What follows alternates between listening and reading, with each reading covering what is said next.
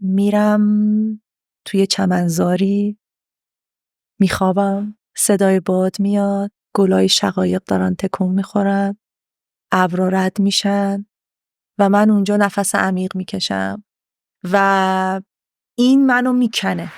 به کورنر رامینا نقیون خوش اومدید. رامینا مدیر خلاقیت، فوق لیسانس مثلا موسی کوتقی دارم. تو صنعت تبلیغات 16-17 ساله که داره فعالیت میکنه.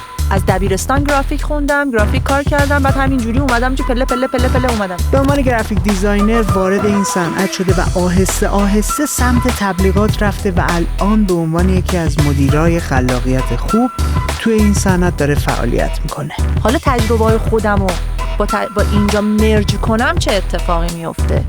آیا جنسیت بر روی خلاقیت توی صنعت تبلیغات تاثیر داره یا نه؟ مثبت تجربهش کردم، هم منفی تجربهش کردم. در مورد اینکه خودش چطوری داره ایده پردازی میکنه گپ زدی. بعد از ساختار اتفاق میفته. منابع الهامش چیه؟ خیلی سوال عجیبی میکنه، شاید واقعا براش جوابی نداشته باشم. چه کارهایی انجام میده که ذهنش بازتر باشه، آزادی عمل بیشتری داشته باشه؟ الان دارم با این کیف میکنم. از یک جایی به بعد مسیر گفتگوم رفت سمت اینکه 3 سوال اصلی رو از خودمون بپرسیم و به واسطه جوابایی که به اونها میدیم بتونیم قدم‌های بعدی رو توی زندگی پیش ببریم. رویای من همیشه این بوده، یه زمینی که روبروش یک دشته. اگر فکر میکنید این موضوعات براتون جذابه، با من و رامینا نقیون همراه باشید.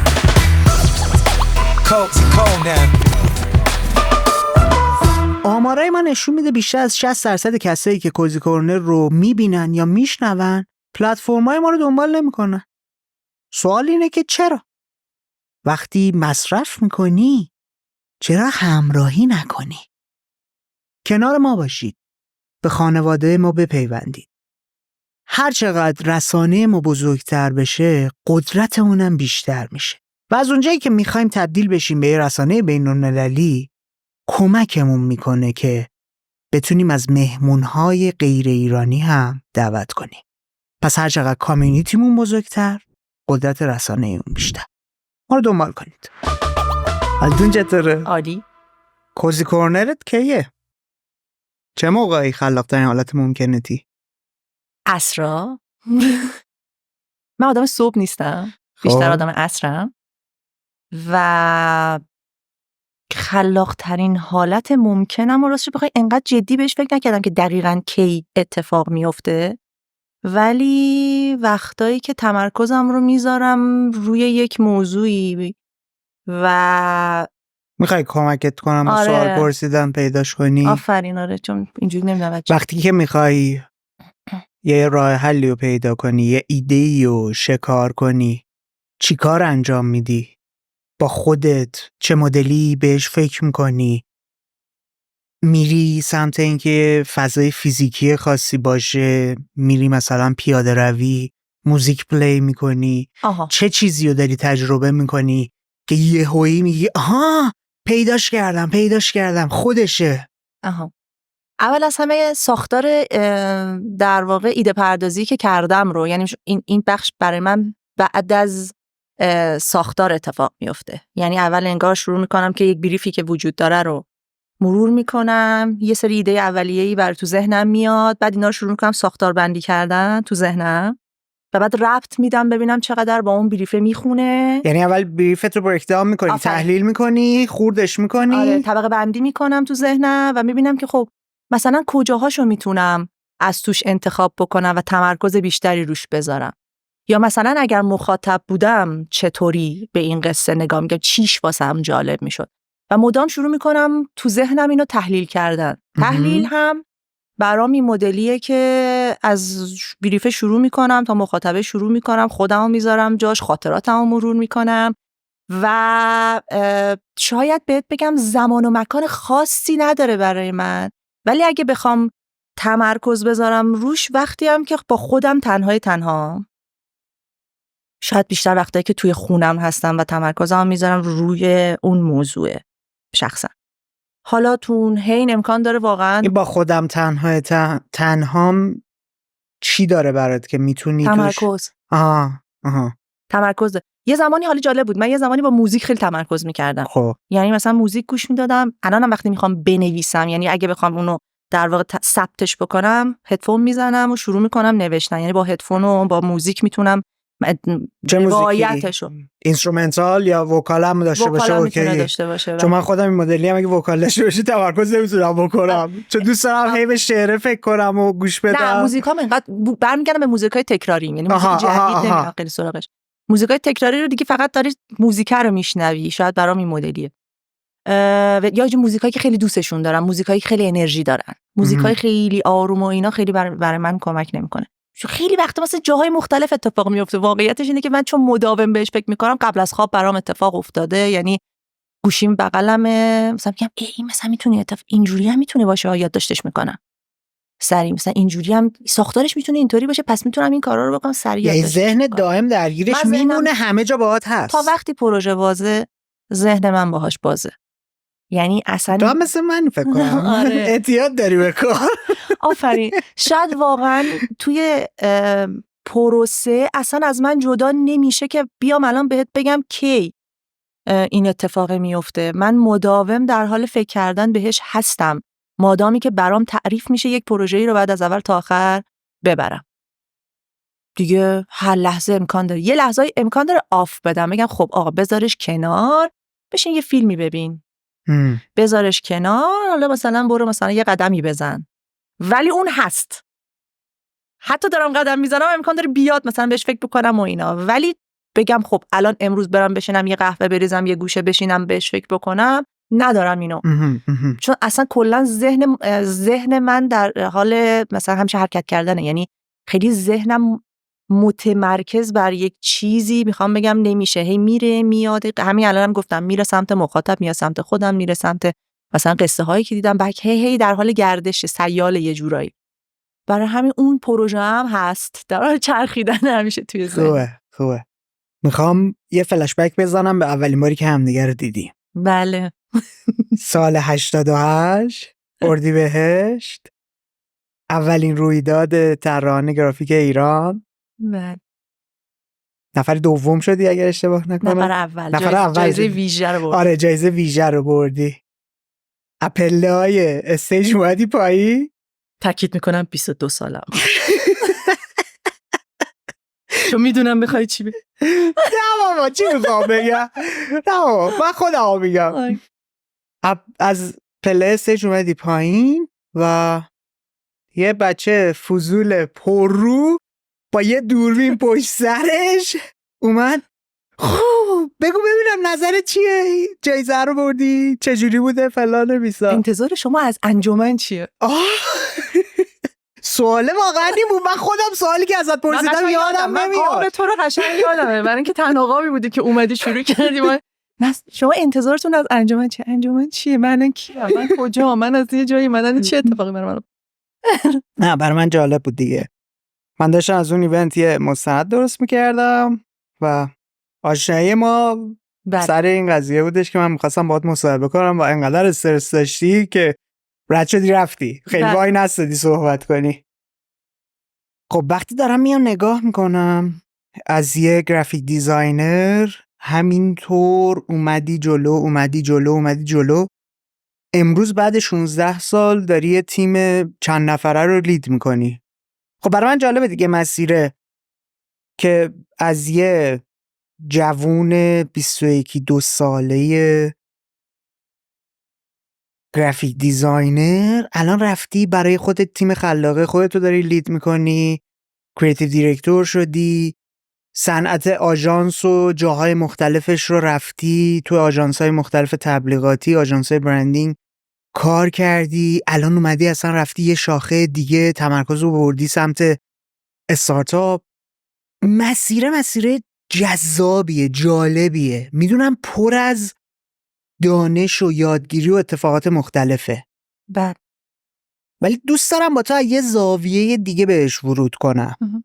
ببین خب صنعت ما در عین حال که صنعتیه که پر از خانومای فعال و شناخته شده است، ولی هنوز نگاه بیرونی و نگاه داخلی حتی اینه که صنعتیه که مردونه است، مخصوصا تو فیلدی که جفتمون داریم کار میکنی. حوزه خلاقه عین ناموس میمونه برای خیلی از مردا و خیلی از بیزنسا. من برندهای مختلفی رو دیدم که حتی گفتن مثلا توی پروژه ما گرافیک دیزاینر تو خانوم نباشه، چه برسه حالا کریتیو دیرکتور ماجرا. بله. دوست دارم بیام باهات اصلا ورود کنم به این مسئله که زن بودن ارتباطش با کار خلاقه برای شخص تو چه جوری بوده؟ چه چیزهایی رو تجربه کردی؟ چه اینسایتی نسبت بهش داری؟ بریم تو دل گفتگو ببینیم چی در میاد. اوکی. ببین جالبه الان اگر بخوام بعد از این تایمی که داریم راجبش صحبت که همین 16 سال، خب خیلی اتفاقای مختلفی افتاده. شاید الان گاهی فراموش میکنم چیزی که الان داری راجبش صحبت میکنی رو، که آیا من یک زنم در این جایگاهی داری راجبش حرف میزنی، برای اینکه برام انگار یه چیز حل شده است در یک اتفاقی و در انگار دارم میرم سر کار میکنم و این کاریه که بلدم و سعیم هم اینه که به بهترین نحو انجامش بدم. ولی تجربهش کردم، یعنی هم مثبت تجربهش کردم هم منفی تجربهش کردم. من اصلا من چون قبلش از همین که طور که میگی شروع کاری که انجام دادم از گرافیک بود، بعد نم حالا دیدم که علاقه مثلا سمت ادورتایزینگ بیشتر تا گرافیک، هی رفتم سمت ادورتایزینگ، هی شروع کردم اونجا رو هی کاوش کردن و به اون سمت رفتم، سمت ایده پردازی و اینا.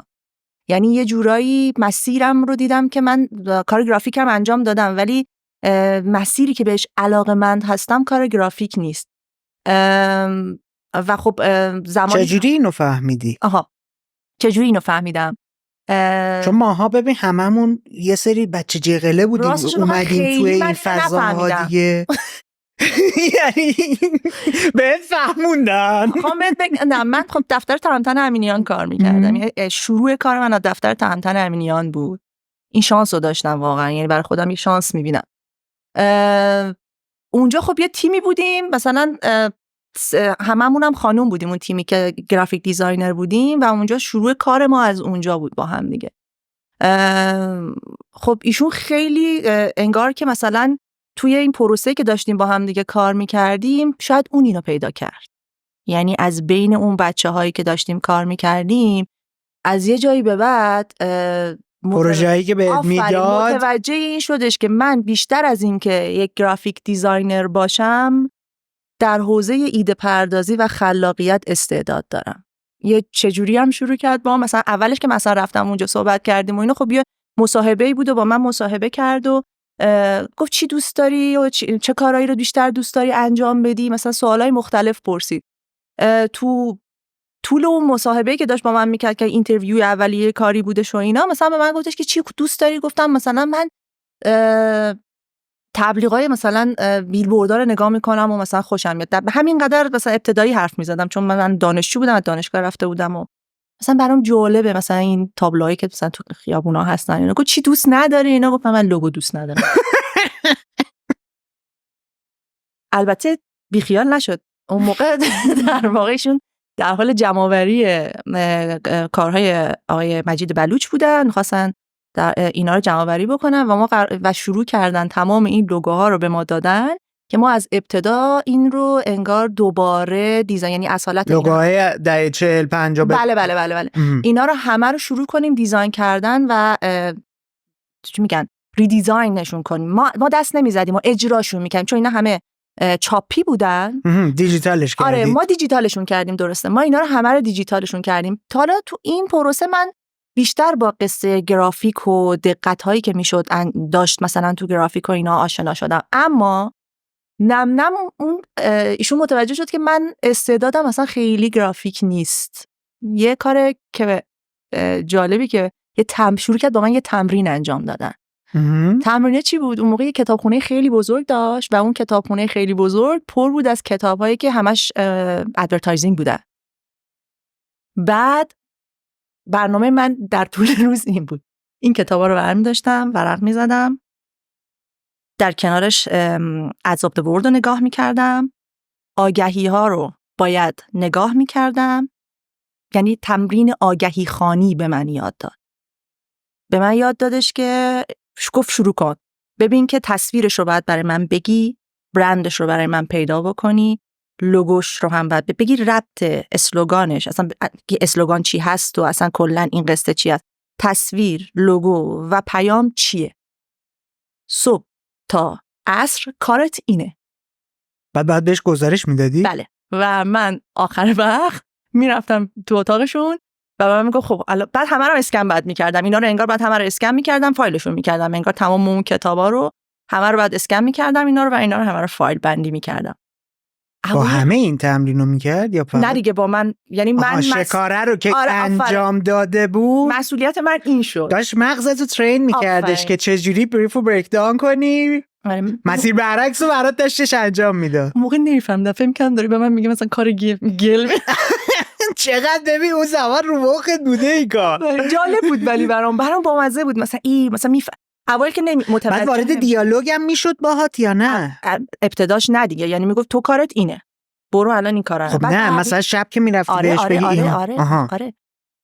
کار من از صبح تا عصر این بود، بقیه هم داشتن لوگو دیزاین میکردن، کارهای دیگه میکردن، من کارم شده بود اسکن کردن و مثلا این آگهی‌ها رو حدس زدن. بعد چیز میکردم، شب میرفتم پیشش، میگفت خب چند تا آگهی دیدی؟ مثلا میگفتم اینا رو، میگفت خب تعریف کن این چیه. و من شروع میکردم میگفتم که مثلا آگهی مثلا چه لگوه، بعد مثلا این لوگوش میخواد اینو بگه.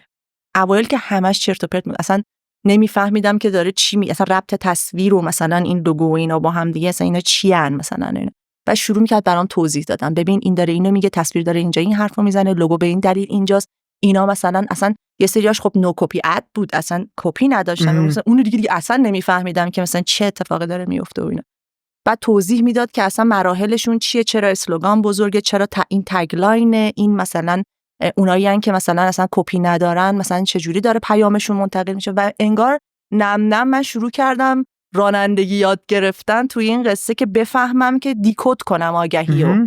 یعنی دیکود کردن آگهی برای من خیلی شفاف شد، یاد گرفتم اینو. و بعد شروع کردیم دوباره رفتیم تو مراحل ایده پردازی. خب حالا اگه بخوای تو باشی چه میکنی؟ یعنی اگر تو بودی که این کار رو میخواستی انجام بدی چطوری بهش نگاه میکردی؟ و این مسیر انگار برای من از حالت گرافیک به حالت ادورتایزینگ و به حالت ایده پردازی رفت. و بعد شروع کرد به من ساختار این که اصلا ایده پردازی چطوری شکل میگیره، اصلا چطوری تیمای ایده پردازی چی هستن. این البته به همه بچه‌ها هم میگفته، یه چیزی مختص به من نبود، ولی انگار من اونرشیپی داشتم از جنس این که بتونم توی این قصه مثلا آگهی پیدا بکنم. آگهی‌های از the word رو حتما هر روز باید نگاه می‌کردم.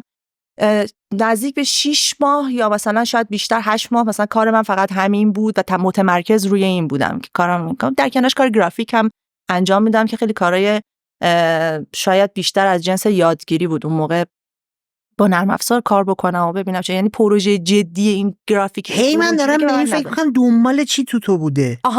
روشن کردن شم ایده پردازی. بعد از اون دیگه اینجوری بودش که خب حالا الان اینا رو همه رو بلدی دیگه، مثلا یاد گرفتی و کار گرافیک هم داری انجام میدی و اینا دیگه وارد زمین مسابقه شدی. آره دیگه باید مثلا برام این مدلی بودش که خب دیگه الان برای من مثلا نزدیک 7 یا 6 سال فکر میکنم که دفتر ایشون کار میکردم، یعنی کنار دستیارشون بودم، هم کار گرافیک انجام میدادم. آره یه تایم طولانی رو من اونجا بودم، کارهای مختلفم کردم، کار گرافیک هم کردم، کار هم تبلیغات و اینا هم کردم. و مثلا شاید تو ایده پردازی کوچولو توی مثلا یه چیزایی هم یه سری مشتریام بود، خودم هم ایده پردازیاشون رو دیگه انجام میدادم.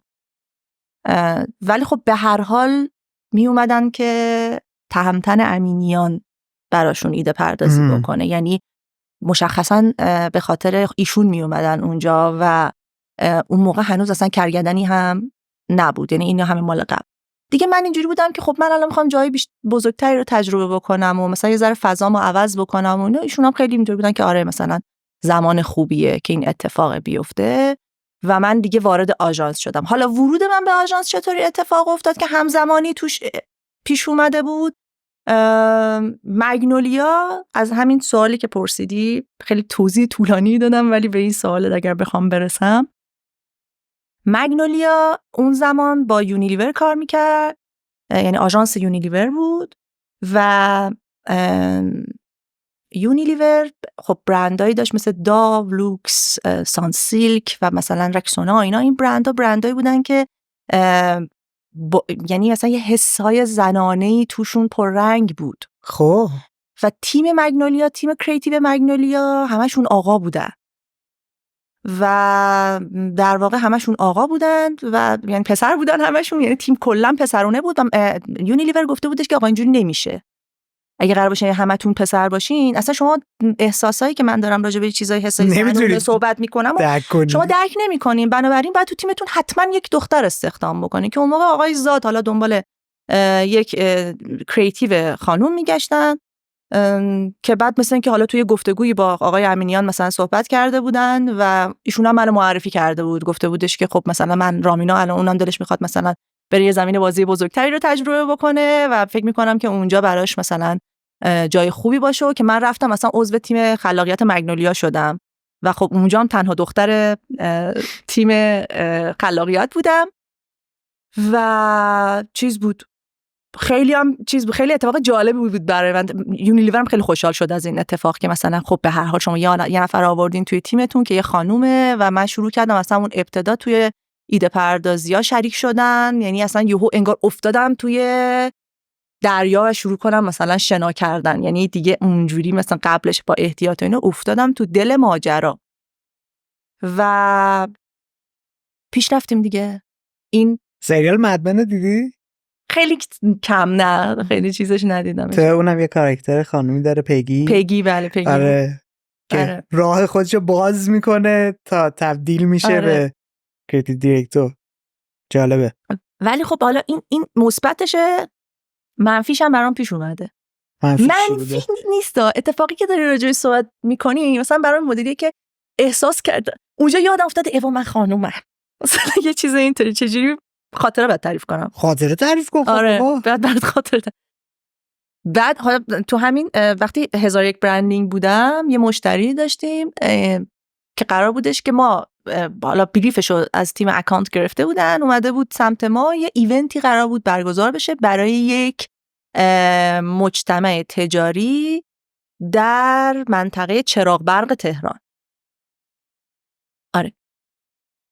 بعد خب ما یه سری فکرها کرده بودیم و اینا که مثلا چراغ برق لوازم ماشین و اینا میفروشن دیگه. آره. یعنی یه لحظه اصلا من طول کشید تو تجزیه تحلیل کنم یه ایونت در یه مجتمع تجاری بود در منطقه چراغ برق تهران و منم کریتیو دیرکتور 1001 برندینگ بودم و میخواستیم بریم اونجا ببینیم که بعد چه کار کنیم. یه چیزایی رو آماده کرده بودیم که امکان داشت من اونجا لازم باشه پرزنت بکنم اینا و میخواستیم بریم بریف بگیریم، مثلا ببینیم میخوان چیکار بکنن چیکار نکنن، ولی به هر حال لازم بودش که مثلا از گذشته کاریمون و اینا هم بگیم و اینا.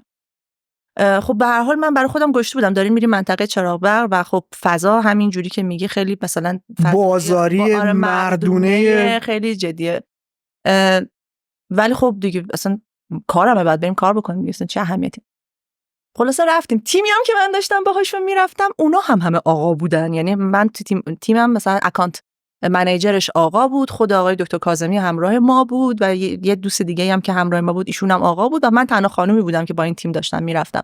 رفتیم اونجا رسیدیم به اون پاساژ و وارد شدیم و طلا رو رفتیم بالا و هم که ورود کردن احساس کردم که مثلا مغازه‌دارا مثلا اینجوریه که مثلا این خانومه کیه، مثلا برش نگاه‌ها مثلا یه جوریه مثلا.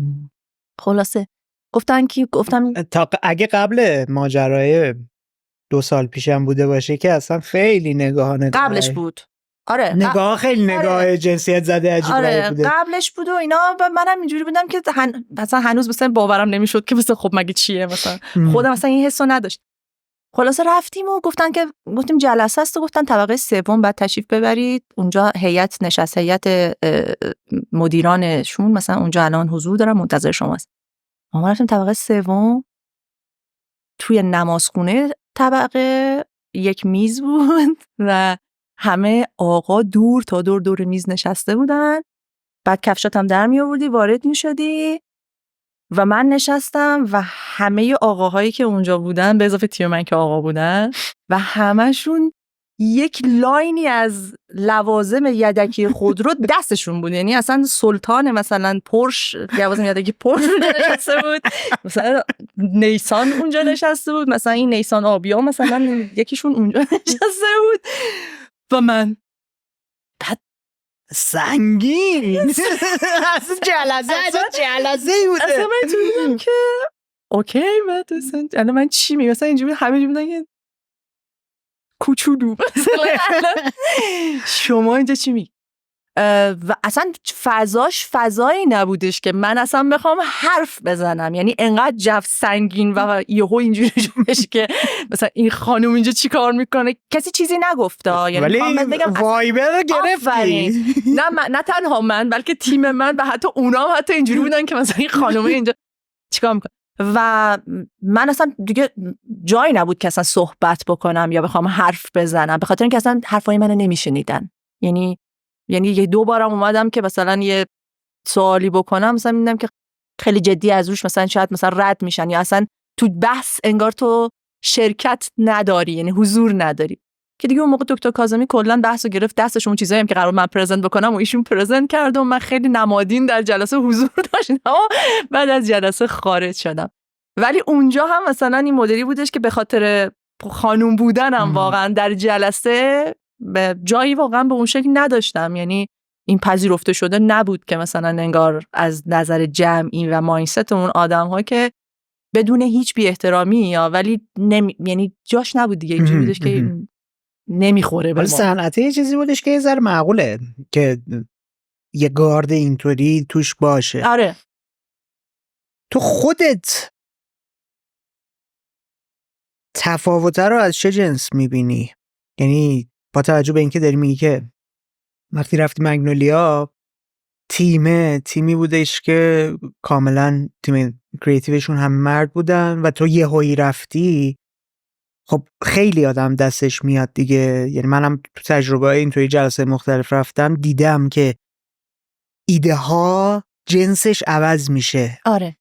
یعنی وقتی مخصوصا بالانس جنسیتی، اخلاقی، رفتاری، علایق تو ایجاد میکنی، هی میری سمت اینکه شخصیت ها رو متنوع کنی، جنس ایده ها هم تنوع خیلی تغییر میکنه. به نظرت تفاوت کار خلاقه از زاویه جنسیت چیه؟ این خلاقیتی که آقایون دارن با خلاقیتی که خانوما دارن چه تفاوتی داره؟ ببین من اونجوری نمیتونم تقسیم بندیش نمی کنم. من سنسی بگو، حس خودتو بگو. من مثلا بر اساس میتونم اینجوری بهت بگم، بر اساس مشتری میتونم بفهمم. ببین الان مثلا یونیلیور رو مثال زدی، چرا رفته بود گفته بود بابا یه خانوم تو تیمتون اضافه کنید؟ چی رو کم دیده بود که احساس این رو در خودش، احساس نیازه رو در خودش پیدا کرده بود که باید توی تیم آژانسم یه خانوم ورود کنه تا ایده هاشون چه تغییری کنه. میدونی چی میگم؟ تو بالاخره وقتی اینو تجربه میکنی متوجهش میشی. ببین پروداکت، همین میخوام بگم، پروداکت خیلی زنونه بود. داشتیم راجع به داو صحبت میکردیم که مثلا راجع به ریل بیوتی همیشه صحبت کرده، خانوما رو تارگت کرده. ما هم میتونیم بفهمیم این موضوع رو. حسی که در واقع نگاه زنانه به این موضوع، شاید همون پینایی که خانوم‌ها در مورد این قصه همیشه زیبا بودن و همیشه مثال میزنم و در این قصه برای من شاید خیلی ملموس‌تر باشه تا برای شما. اینکه تو به عنوان یک خانوم همیشه در یک چارچوب زیبایی باید قرار بگیری و وقتی میخوای حالا بیا یه حرفای متفاوتی بزنی، یه حسای متفاوتی بکنی، انگار تو یه چیزای در درون خودت داری که اونا در ایده پردازی ها بیدار میشن. ببین خب رو کاغذ منطقیه حرفت، خب ولی در عمل آیا توی ایده ها تفاوتی ایجاد شده بود؟ تفاوت نگاه بود دیگه. مثل این میمونه که چجوری بگم، یه چیزی رو یه چیز درونی رو من متوجه میشم که از جنس زنانه است و شما یه چیزی دارید در درونت از جنس مردانه که من اونو درک شاید نکنم. میدونی منظورم چیه؟ مایندست من مدیر خلاقیت وقتی اونجا اضافه میشد به اون قصه و نگاه من وقتی اضافه میشد، انگار یه ارتباط درونی با خود من اتفاق میافتاد. خب واسه سوالی اینجا بپرسم، تو وقتی ورود کردی اونر اون پروژه شدی؟ بله. یعنی استراتژی رو حالا تو تعیین می‌کردی می‌چیدی؟ استراتژی رو من تعیین نمی‌کردم. استراتژی رو در واقع از طرف بچهای اکانت و بچهای استراتژی می اومد و خود به خصوص خود اونا هم اگر آقا می بودن باز دوباره اون نگاهی که دیگه در تیمای اکانت معمولا، حالا این اگر که ببین در تیمای اکانت بیشتر خانوم‌ها در حال فعالیت هستن تا آقایون کمتر فعالیت میکنن. حالا و در تیمای کریتیو آقایون بیشتر فعالیت میکنن و خانوم‌ها کمتر وجود دارن. دقیقاً در مگنولیا این شکلی بود. تیم اکانت همه خانوم بودن، مدیر اکانت یک آقا بود. فهمید. الان یه ذره برام منطقی تر میشه.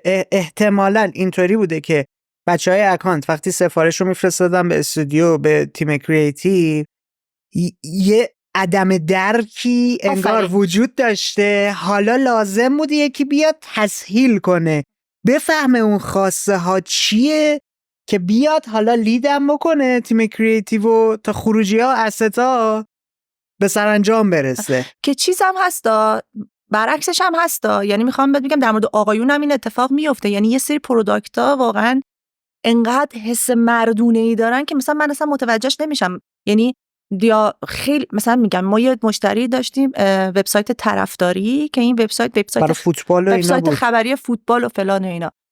من به شخصه حالا خیلی فوتبال که اصلا نمیبینم، خیلی دم جام جهانی اومده بودن و دم جام جهانی میخواستن که در مورد مثلا وبسایتشون صحبت بشه، مثلا اورنس بیارن و پسرا اشتیاقی که پسرا داشتن، اطلاعاتی که پسرا داشتن، حتی تا مثلا زمین خوردن یک بازیکن در فلان جک رو در زمین میدونستن. خب من اصلا همچین اطلاعاتی نداشتم و این منبع اطلاعاتی که وجود داشت و انقدر احساس نزدیکی که با اون موضوع بین آقایون وجود داشت باعث میشدش که کلی ایده های عجیب غریب بدن، به خاطر اینکه انگار مثلا دایره اطلاعاتیشون خیلی زیاد بود، جورای مختلف بهش نگاه میکردن و من اینجوری بودم که بچه‌ها اصلا این مال شما، من اصلا اینجا چی میگم، شما پیش ببرید، شما، من فقط مثلا آخر سر میام یه نگاهی بهش میکنم. یعنی اونا خودشون اینو قصه رو لید میکردن و من اصلا حرفی واقعا واسه گفتن اونجا نداشتم. انقدر این دقیق با اونا انگار سینک شده بود و میفهمیدن که چه مدلیه. توی پروداکت‌های خانومانه مثلا چه میدونم یک پد بهداشتی خانومانه، یک پد بهداشتی زنانه، خب به هر حال حالا تا بیاد یه آقا اینو درک بکنه که اصلا ما داریم راجع به چی صحبت میکنیم، چه اتفاقی در ذهن یک خانوم، در حس یک خانوم، در نگرانی‌های یک خانوم، در پیشینه نیازایی که داره برای اینکه نیازاش در این جامعه اصلا چه اتفاقی داره براش میفته. نگاهی که شما مثلا شاید هیچ وقت این رو در مورد یک پد بهداشتی اینطور نبینی که الان وقتی میرم داروخانه خرید میکنم آقای داروخانه میذاتش تو نایلون مشکی میده دست من. این از اون نقطه درداست که آقای اگر بره بخره ورش میداره میاد، ولی من اونو میفهمم. چرا قایمش میکنی؟ مثلا چرا قایمش میکنی یه چیز طبیعی رو؟ بابا اصلا. ولی میخوام بگم وقتی که میخوام حالا روش اقدام کنم میفهمم یه جور دیگه ای داری بهش ورود میکنی. چطوری باید با خانومه صحبت بکنم برای اینکه هم دردم، یعنی هم نگاهمون یه جوری میفهمم اون چیه، چه اتفاقیه، میفهمم چی نیاز داره، میفهمم چه جوری فکر میکنم، برای اینکه خودم هم همون اون قطعه رو دارم. غیر اینکه حوزه مرتبطی باشه، علاوه حالا محصول یا حوزه سرویسه، تفاوت دیگه ای باز احساس کردی؟ نه راستیتش نه. واقعیتش اینه که من وقتی که چیز میشه، وقتی که محصول خیلی منحصر یکی از جنسیت ها نیست، نه خیلی. من اگه بگم خودم شخصا 2 تا حالت بهت گفتم، یه جایی که رفتم یک جایی وارد شدم از نگاه مشتری، چون یک خانوم بودم کنار گذاشته شدم، یا براشون این مدلی بوده که حالا مثلا بدیم میشه بدید مثلا یک کس دیگه. اینم برام پیش اومده اصلا بدون هیچ چیزی، فقط رفتم توی جلسه نشستم و اونجا مثلا این مدلی بودن، بعد از جلسه گفتن که بریف داشتیم میگرفتیم. به اون آقایی که مثلا تو تیم بوده گفت که میشه خودتون روی این کار بکنین. که تیم البته همیشه حمایت کرده، گفته که نه مثلا رامینا هم میتونه این قصه رو پیش ببره و اونرش مثلا رامیناست. و بعدن اتفاقا خیلی ارتباط خیلی نزدیکی با اون مدیر برند گرفتیم. مثلا مدیر برند بعدش زنگ زد، ولی اولین برخورد اون آدم با من و در اون لحظه شاید این مدلی بوده که بیا و ریسک نکنیم، بیا و خودت اینو وردار ریسک نکنیم مثلا. ولی بعدش مثلا که با هم دیگه گپ زدیم و آشنا شدیم پیش رفته. میخوام بهت بگم تو پروداکتایی که خیلی به خانوم ها و به آقایون ربط داره، من اینو میفهمم.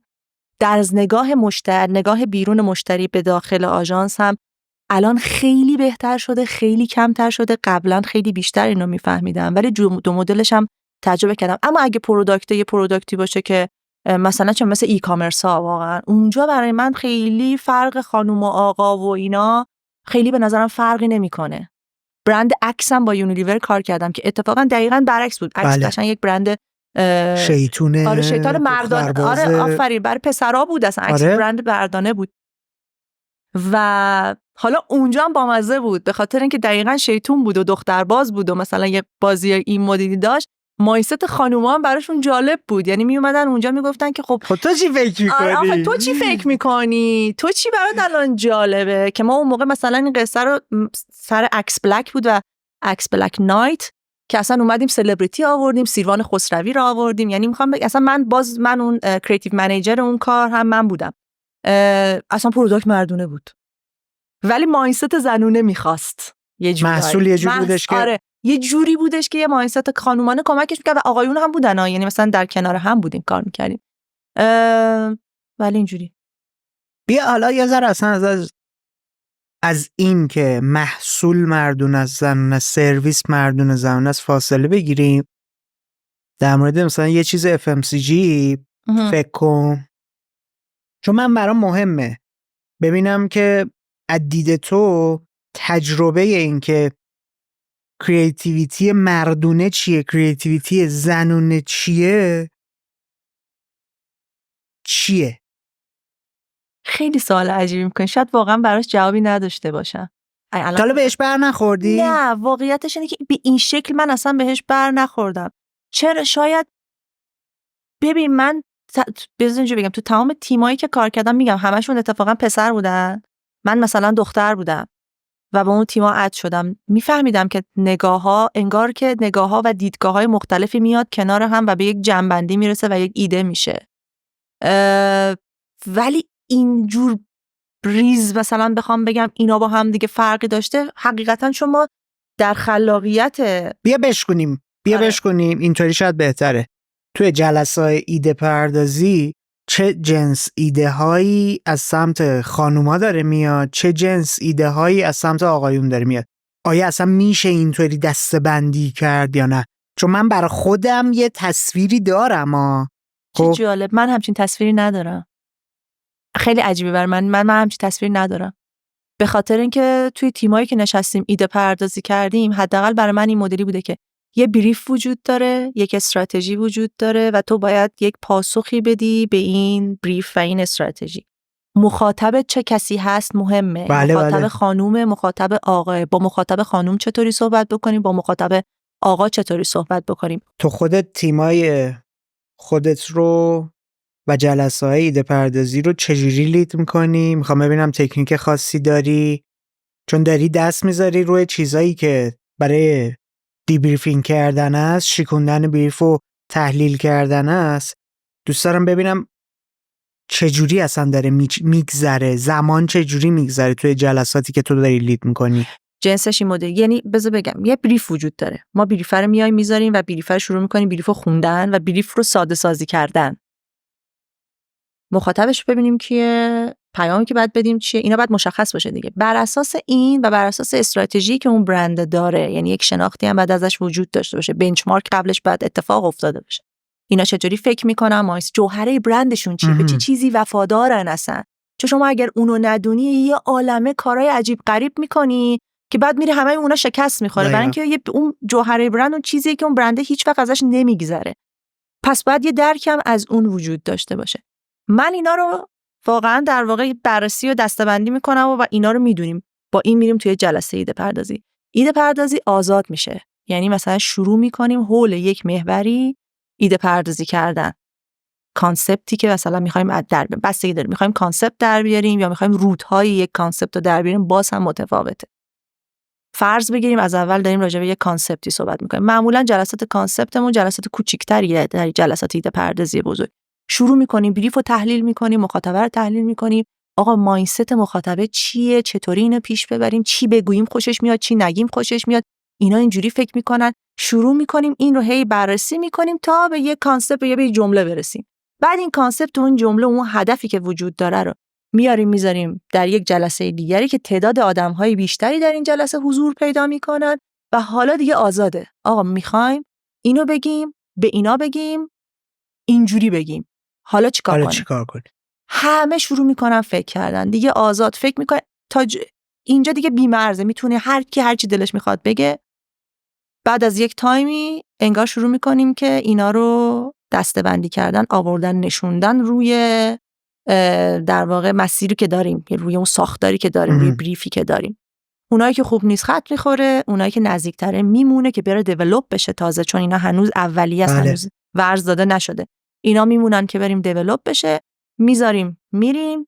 آقا یه روز برید بهش فکر بکنید، برید راجبش دوباره یک بنچمارک انجام بدین. اگه چیزای دیگه به ذهنتون میرسه حتما دوباره اینا رو برداریم بیاریم در جلسه بعدی راجبش صحبت می‌کنیم. بعد دوباره این میاد تو پروژه باز ذهنی من، شروع میشه باز شدن، دوباره ساختارا مثلا شروع میکنن شکل گرفتن و بعدش دوباره یک جلسه دیگه میذاریم. تو این جلسه بعدی حالا دیگه خیلی دیپ تریم نسبت به بریف، نسبت به استراتژی، نسبت به ایده ها، که بیایم اینا رو ساختار بندی کنیم، ببینیم اوکی اول اینو بگیم، اینجوری بگیم بهتره، این پتانسیل ها رو داره، حالا بیایم وردینگش رو چجوری روش کار بکنیم. یعنی مسیر این شکلی پیش میره، هی پله پله پله پله پله رشد میکنه. بگم تکنیک خاصی رو استفاده میکنیم؟ نه، حقیقتا پیش اومده ها، یعنی اینجوریه که نیستش که مثلا هیچ همیشه بدون تکنیک بوده، ولی بیشتر جلساتی که من توش نتیجه گرفتم تا امروز جلساتی بوده که مشارکتی بوده و با همین در واقع مسیر پیش رفتیم و بعد در نهایت شروع کردید، بعد همگرا کردید، بعد رفتید دیولپ کردید و اومدید جلسات دوم و سوم و چهارم هی توسعه دادید و آزمون خطا بالا پایین شاخ و برگ بهش بدید تا بهترش کنید، ببینید جواب میده یا نه. حالا بذار من ساید خودم میگم چرا میگم فهمیدم جنس متفاوته. خب حالا یه سری جلساتی که ما داریم، بازیگوشیایی که من انجام میدم، میام شخصیت میدم به آدما برای اینکه بتونم یه ذره ذهنشون رو نرودان کنم، زیادی باز فکر کردن رو از بین ببرم. شخصیت میدم، مثلا به تو میگم تو الان یه پسر 15 ساله‌ای، بعد جای یه پسر 15 ساله به من ایده بدی، جنس ایده‌هات زمین تا آسمون شروع می‌کنه فرق کردن. خب و این تجربه من این مدلیه که زمانی که به یه خانوم دارم کاراکتر مرد میدم، ایده‌هاش واقعا متفاوته با زمانی که یه آقا داره کنارش ایده میده. برام خیلی این چیز جذاب و جالبیه. یعنی باشون یه بازی را میندازی؟ آره بازی را میندازم. خب حالا با توجه به محصول یا سرویس، کاراکترهایی که مخاطبم هستن رو میام توی خود جلسه به بچه‌ها میدم، تقسیم میکنم. بازی مثلا شیش کلاه و اینا رو دیدی دیگه، بله که میاد از چه زاویه‌ای نگاه میکنه. حالا تو فکر کن یه لولی که ما میشینیم توی جلسه برینستورمینگ اینطوریه که شخصیت‌های واقعی داری، حتی گاهی اوقات شخصیت‌های غیر واقعی داری. خب هم انرژی رو میبره بالا، هم باعث میشه آدما از خودشون فاصله بگیرن، ذهنشون بازتر فکر کنه. وقتی جنسیت رو عوض میکنم، واقعا دارم میگم انگار یه مرزیو که مرز هویت جنسیه رو کامل.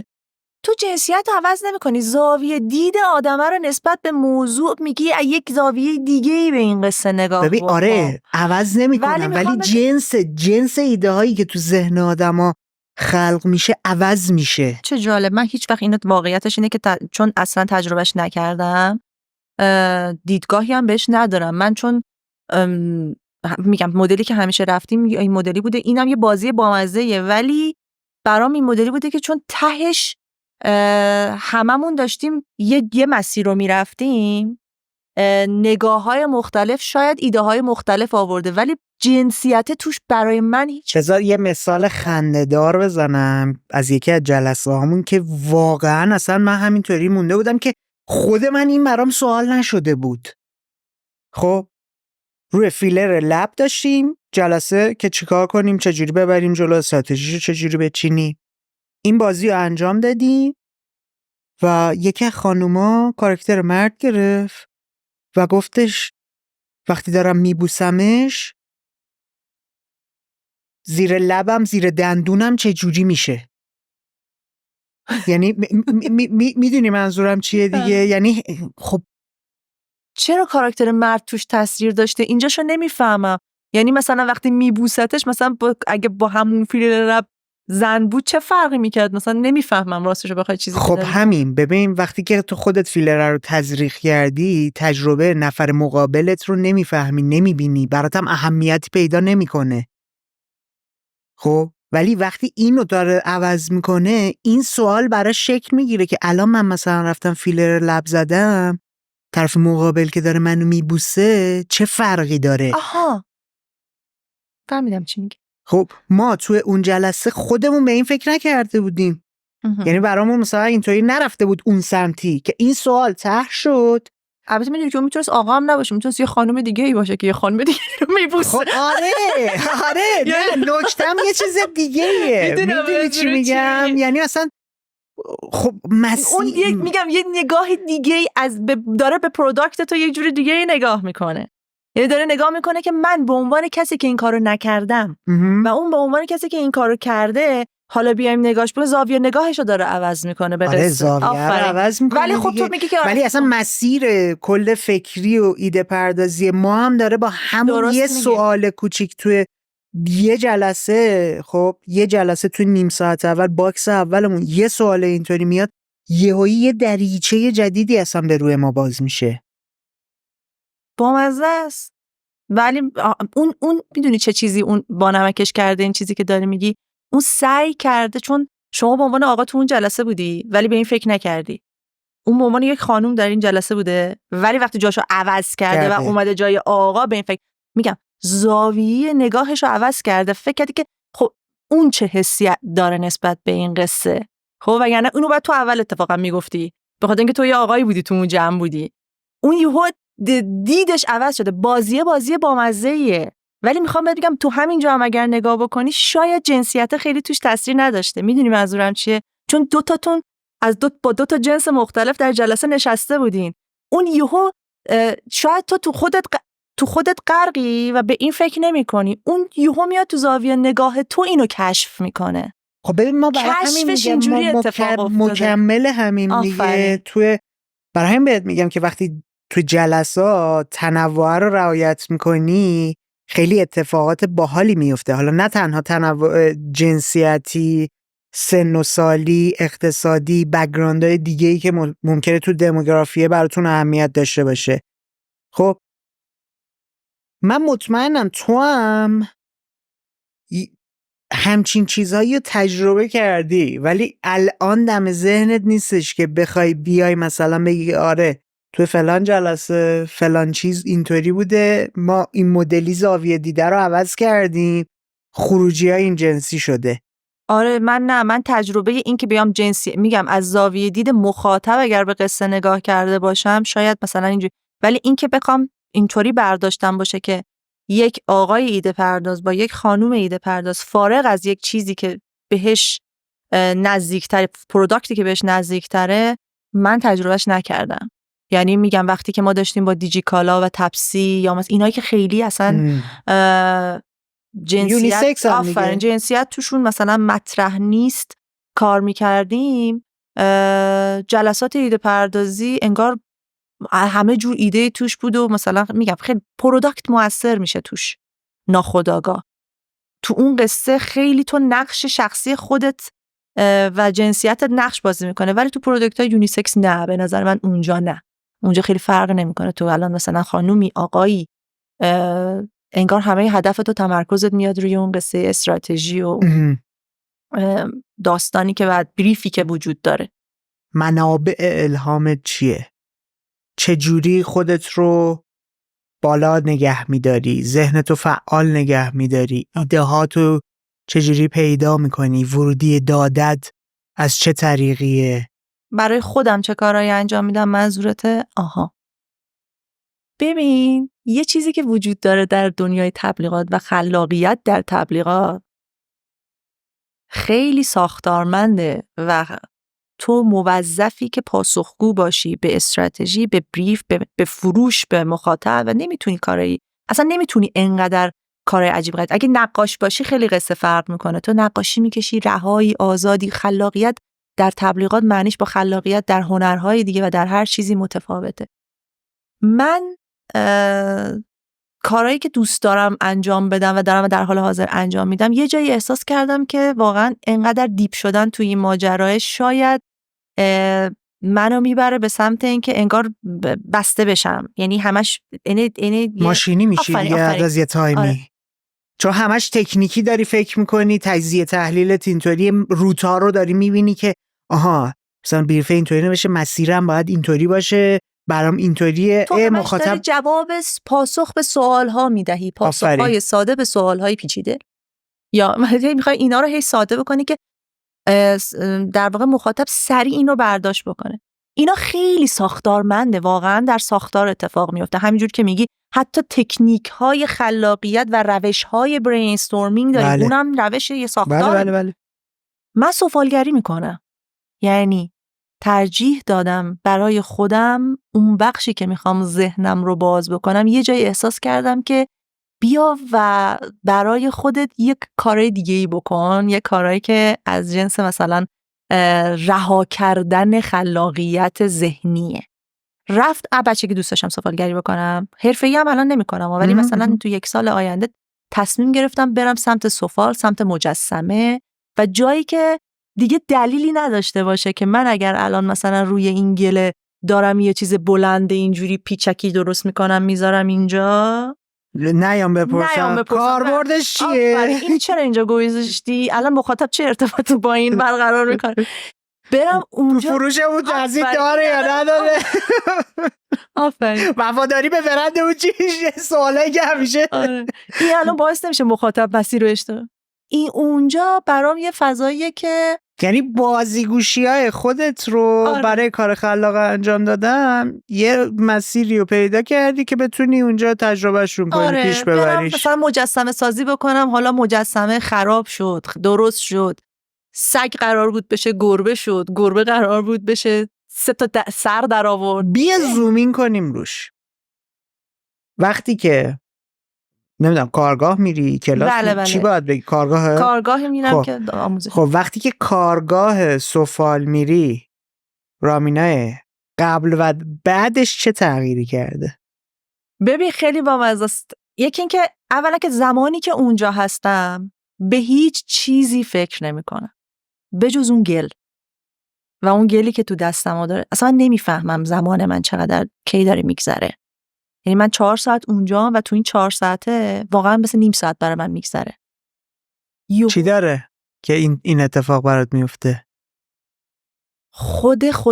خودم و من و اون چیزی که باهاش هر کاری میتونم بکنم و رهایی داره. برای من رهایی داره. یادگیری هم داره. من استادم میاد کنارم میگه اینجاش اونجوری که مثلا الان می‌خواستی اینو دربینی نشد اینا، ولی اگه بردارم بگم اوکی اصلا استاد میخوام کله اینو بکنم کجش کنم، استاد نمیگه، خب میگه آفرین. میدونی یعنی برام این مدلی که اونجا مغز منو ورز میده به سمت این که جورای دیگه‌ای هم میتونی به یک لیوان نگاه کنی. یه لیوان میتونه 3 تا دسته داشته باشه. یه لیوان میتونه یه دونه پایه زیرش داشته باشه، یه دونه درم روش داشته باشه ولی هنوز لیوان باشه. 2 تا کلم ازش بیاد بیرون. یه دونه سگ میتونه 4 تا دم داشته باشه، پاها شبیه اسب باشه ولی هنوز سگ باشه. میدونی منظورم؟ تو شروع میکنی بازی کردن با اون و ذهن من انگار یه ابعاد دیگه ای رو برای خودش پیدا میکنه و اینا رو با هم دیگه سرهم میکنه. بعد تشمیل یه چیز خلق واقعی اتفاق میفته. یعنی اون خلاقیتی که داریم راجع بهش صحبت میکنیم در جنس کار ما هدفمنده و درستش هم همینه. اینجا خیلی دلیه، خیلی حسیه و من بعدش انگار رفتم مدیتیشن. برای من از جنس مدیتیشنه.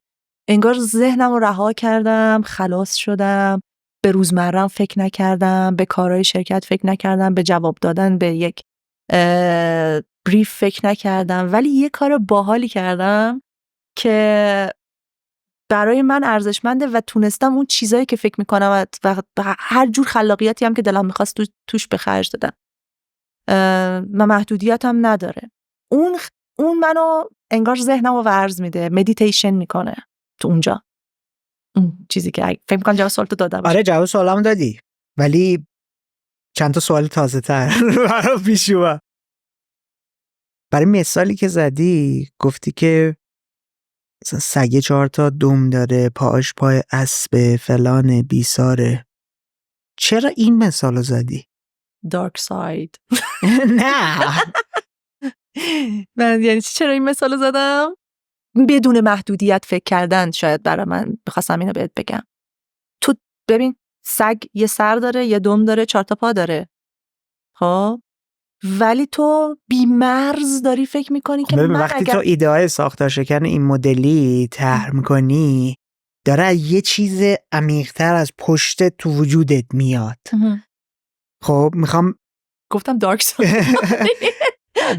دارک ساید که نیست، احتمالا یه چیزای دیگه یه. احتمالا مثلا ماجراجویی رو دوست داری، نمیدونم چه ویژگی‌های شخصیتی تو وجود خودت داری میبینی. خب که وقتی میخوای به این فکر نمی کنی که یه ماگه دیگه، حالا من میام به جای این که مثلا زاویه اینطوری باشه اونطوریش میکنم، میگه اصلا براش پایه میذارم، در میذارم، ست کله هم ازش میزنه بیرون. ببین از اون سوالاست که برای من همیشه اینجوری بوده که نمیدونم کی گفت اولین بار به تخم مرغ. آها اصلا چرا به این گفتن تخم، اصلا چرا به توپ گفتن توپ؟ چرا باید برات مهم باشه که چرا به این گفتن توپ؟ نمیدونم. یعنی چه اتفاقی تو کلت داره میگذره؟ میتونه یه شکل دیگه باشه، اصلا قرار نیستش که این قاعده قانونای میدونی اینا تمرینای کوچولو خلاقیت. نکتم اینه خب تو ناخودآگاهت داری میای یه سری تمرین‌های بیسیک خلاقیت برای اینکه تو بتونی مرزا رو بشکنی، برای اینکه بتونی خلاق‌تر بشی. تو ناخودآگاهت داره این اتفاق برات میفته. آره دیگه، من همینو گفتم. حالا تو برام اینطوریه، اینکه خودت توی یه مسیری انداختی به اسم مثلا کارگاه سفال که اجازه میده فضاشو دارم که هر جور دل اجرایش بکنم. میخوام سگم 4 تا سر داشته باشه، 5 تا دم داشته باشه، یا مثلا چه میدونم یه قولی درست بکنم و مثلا این شکلی باشه.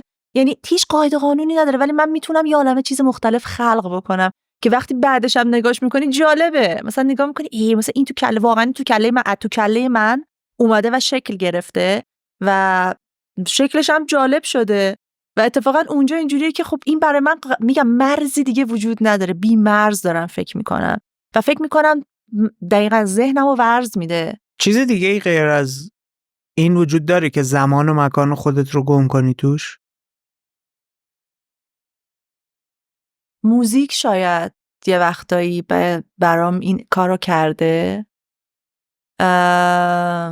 ولی به اندازه این کاری که الان دارم میکنم نه، هیچ وقت تجربهش نکردم. یعنی مجسمه حتی بیشتر از سفال، بیشتر از کار با چرخ، اینا برای من این فضا رو فراهم کرده و نمیدونم چرا هیچ وقت نرفته بودم سراغش. از اون چیزایی که هی بهش فکر کردم تو ذهنم بوده و هیچ وقت اینو باز نکرده بودم. و برام اینطوریه که ببین یه چیزی بگم، شاید اینه الان به ذهنم رسید. من در محیط کارم باید این کار رو درست انجام بدم. تو وقتی یک مدیر خلاقیت هستی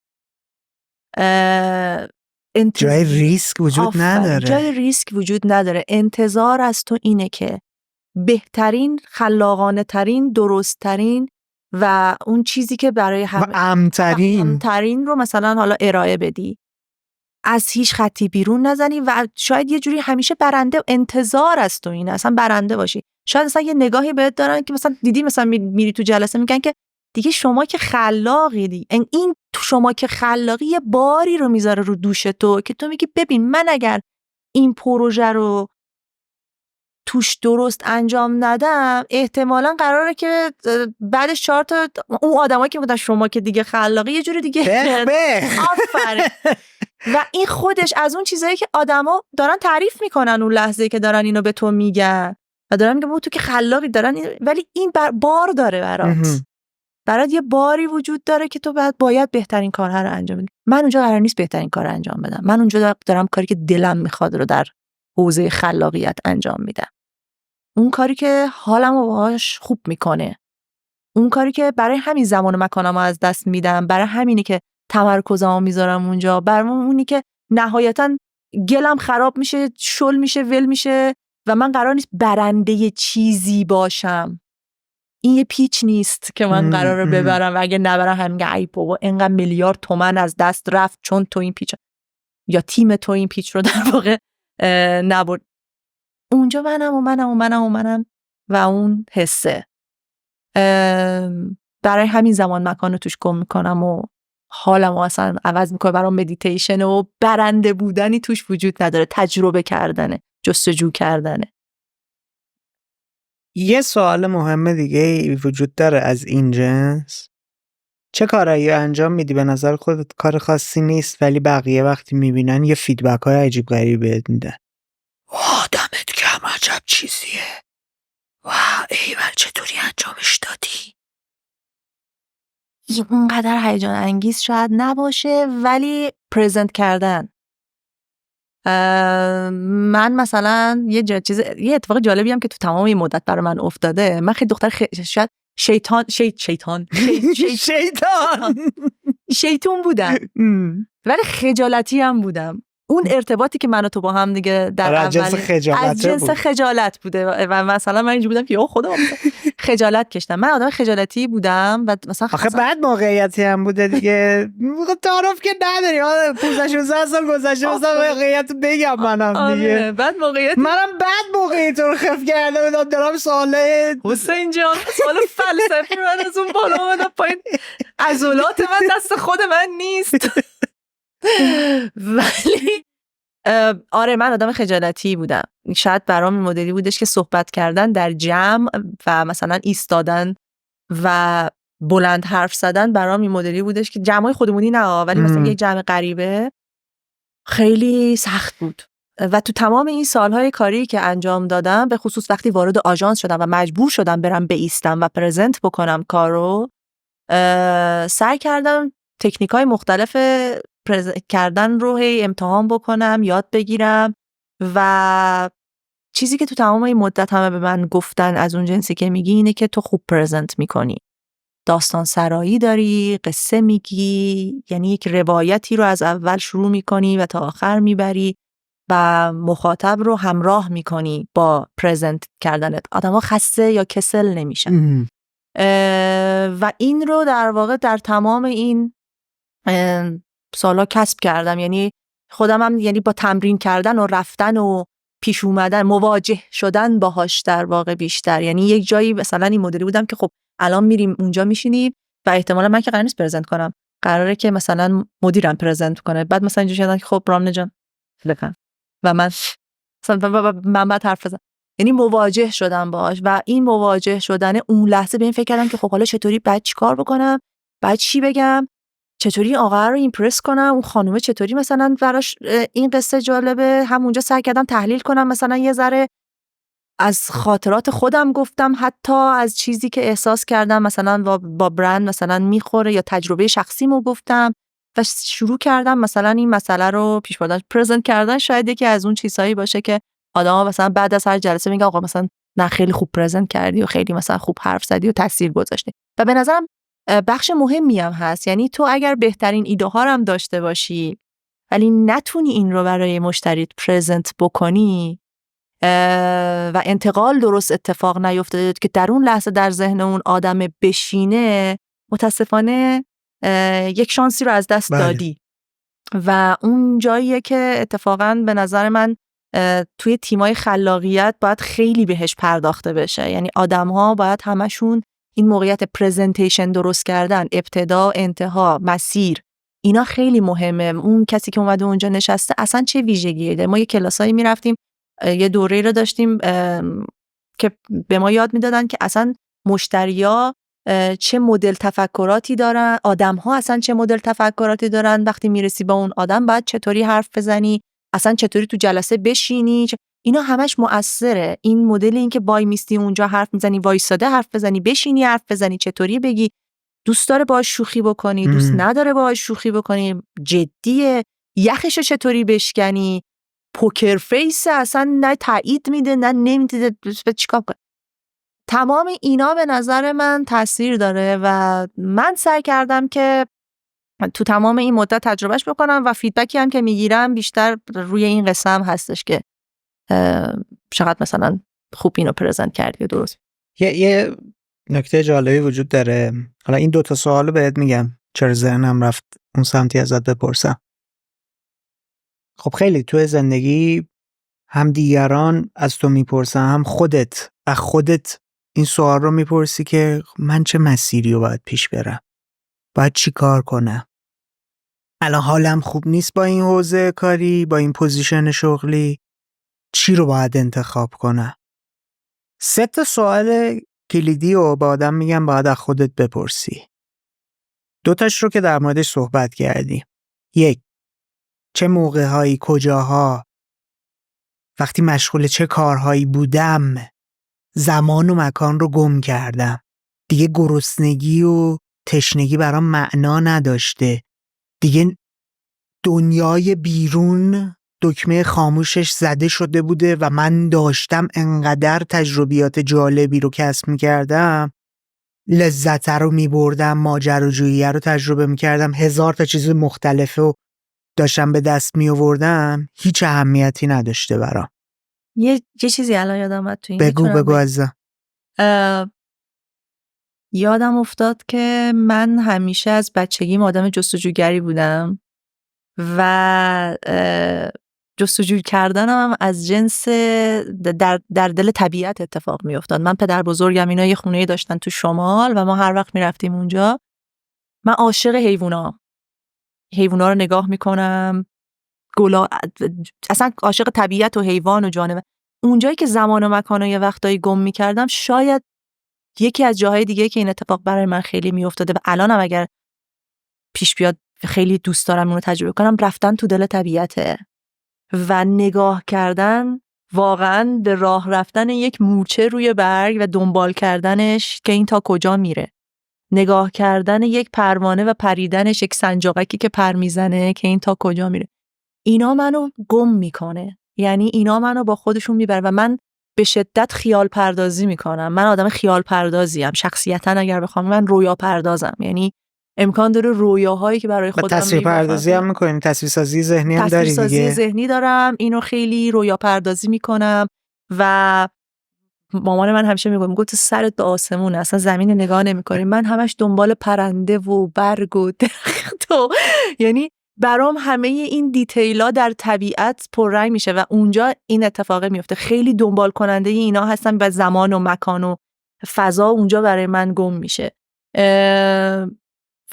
و اگه بخوام بگم دومین جایی که من رو از این حالت شهری، یعنی اینی که بهت گفتم تجربه شهریه، یک آدمی زاده که میره و مثلا آخر هفته هاشو میبره، این مشابه اونه شاید برای من. جایی که میرم و صدای پرنده میاد، صدای باد میاد. من یه مستند میتونم بهت پیشنهاد بدم وقتی این دنیا رو دوست داری.